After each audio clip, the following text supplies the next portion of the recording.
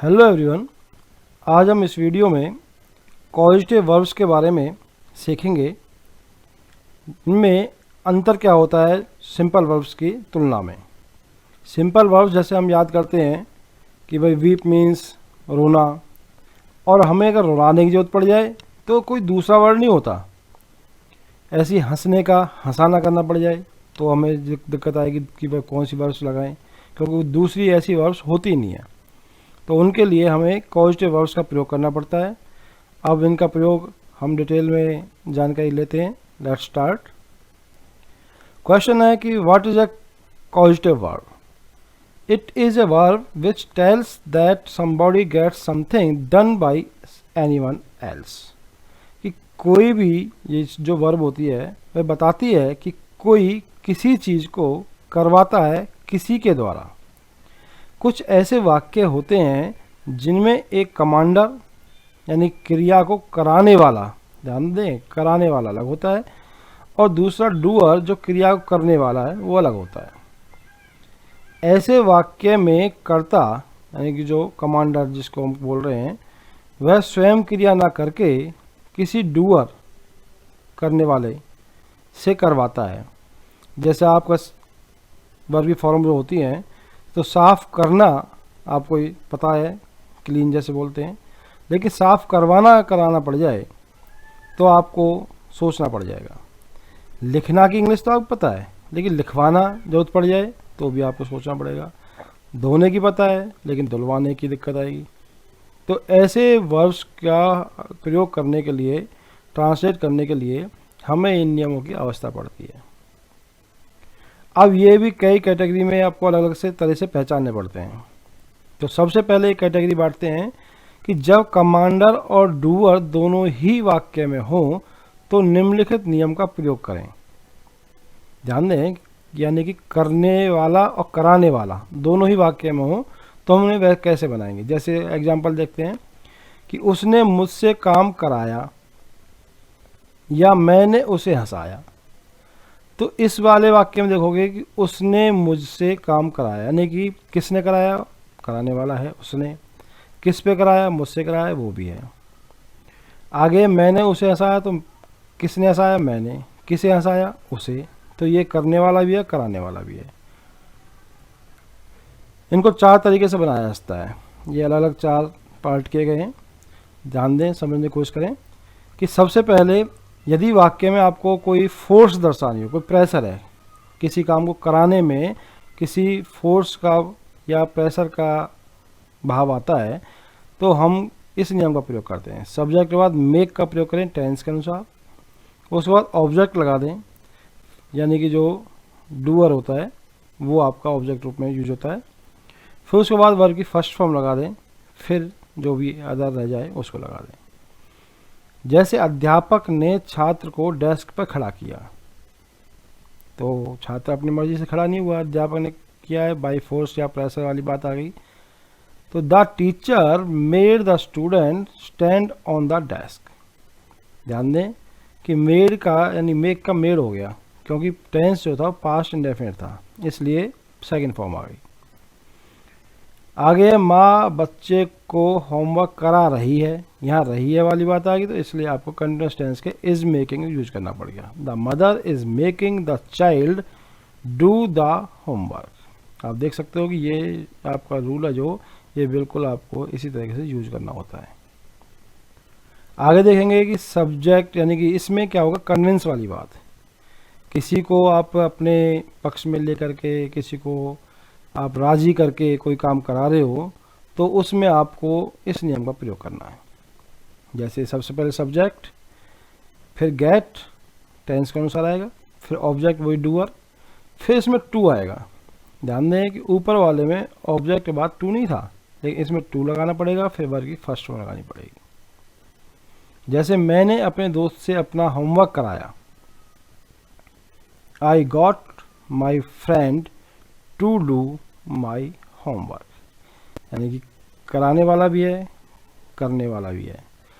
अब आप अपने दोस्त से होमवर्क करा रहे हो, तो आप उसे अपने विश्वास में लेकर के या कैसे भी करके उसको समझा करके मना करके आप उससे काम कराते हो तो आप इस नियम को यूज करते हो। जैसे राम अपनी बहन से सहायता कराएगा, ध्यान दें फ्यूचर टेंस बन गया तो आपको फ्यूचर लगाना है। तो Ram will get her sister to help, object के बाद टू प्लस फर्स्ट फॉर्म। तीसरा सिस्टम जो बनाया है वो है परमिशन, ये सॉरी रेस्पॉन्सिबिलिटी का। परमिशन नीचे है, रेस्पॉन्सिबिलिटी का है। तो यदि आपको रेस्पॉन्सिबिलिटी किसी को देनी है किसी काम को करने के लिए, ज़्यादातर इसमें व्हेन वी पे, यदि हम किसी को कुछ देते हैं पैसा और हम काम कराते हैं, उसे जिम्मेदारी दे देते हैं, सौंप देते हैं, तो अक्सर उनमें ऐसा होता है। फिर भी आप भाव ऐसा है कि आप किसी को कैसे भी वाक्य को समझते हो, मान लो आप इसी वाक्य को सोचते हो भाई इसमें रेस्पॉन्सिबिलिटी नहीं समझता, मैं तो फोर्स समझता हूँ, प्रेशर समझता हूँ, तो आप इसी सेम वाक्य में इस मेक का प्रयोग कर सकते हो। तो जैसे इसमें आया मैंने अपने कपड़े धोबी से धुलवाए, तो इसमें आपको लग रहा है कि मैंने इसको जिम्मेदारी दे दी, अब उसका काम है करना पड़ेगा।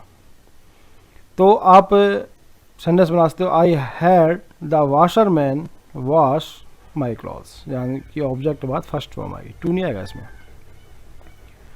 मैनेजर ने नौकर से कमरा साफ कराया, इसमें आप देखोगे इसमें भी जिम्मेदारी दे दी उसने नौकर को, वो काम करेगा।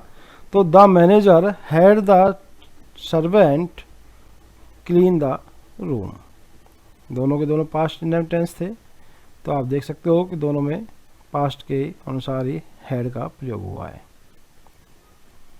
आगे है लेट वाला नियम, यानी कि इसमें परमिशन को व्यक्त किया जाता है। जैसे उसने उसे पढ़ने दिया, तो लेट का प्रयोग मैंने पहले बताया था आपको, लेट की तीनों फॉर्म लेट होती हैं, तो इस सेकंड फॉर्म यूज हो गई है। तो ही लेट हिम रीड, राधा ने मुझे नहीं जाने दिया, तो ये आपका नेगेटिव वाक्य भी है और पास्ट इंडेफिनिट का है, तो इधर आपने राधा डिड नॉट, उसके बाद लेट आ गया, ये फर्स्ट फॉर्म रूप में है, फिर मी ऑब्जेक्ट, फिर वर्ब की फर्स्ट फॉर्म। तो आप समझ गए होंगे कि ये चारों वाक्य उस समय यूज किए जाएंगे नियम कि जब आपके सब्जेक्ट यानी करने वाला और कराने वाला दोनों होंगे। अगर करने वाला कराने वाले में से कोई मिस होगा तो आपके वो वाक्य पैसिव में जाते हैं, और वो पैसिव कैसे बनेंगे वो अब आगे सीखते हैं।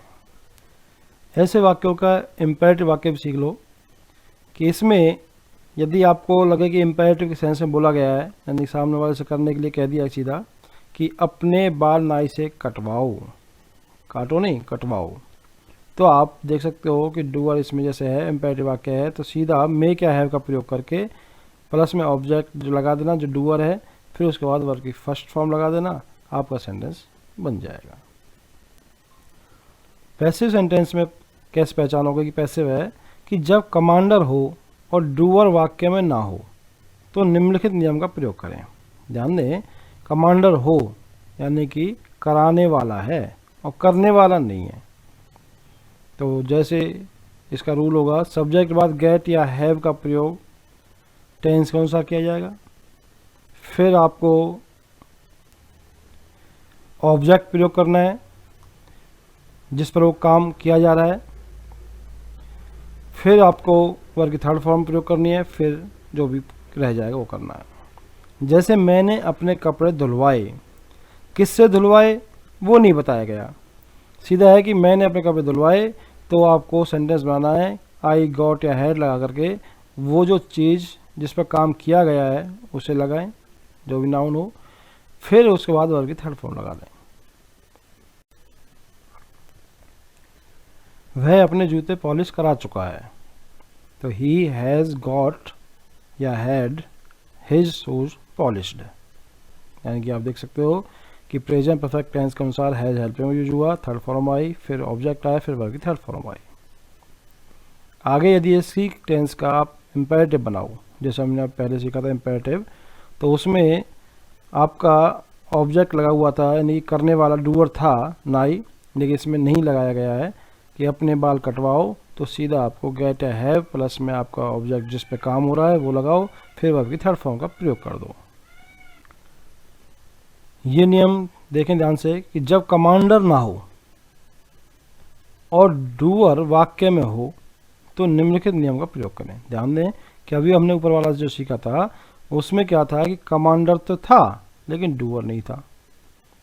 अब इसमें कमांडर नहीं है, डूअर है, तो इस नियम को देखें कि रूल आएगा सब्जेक्ट प्लस में हेल्पिंग वर्ब जो भी टेंस का होगा पैसिव वाला, फिर आपका मेड थर्ड फॉर्म आती है प्रयोग होगा, फिर आपको टू, फिर प्लस में वर्ब की फर्स्ट फॉर्म।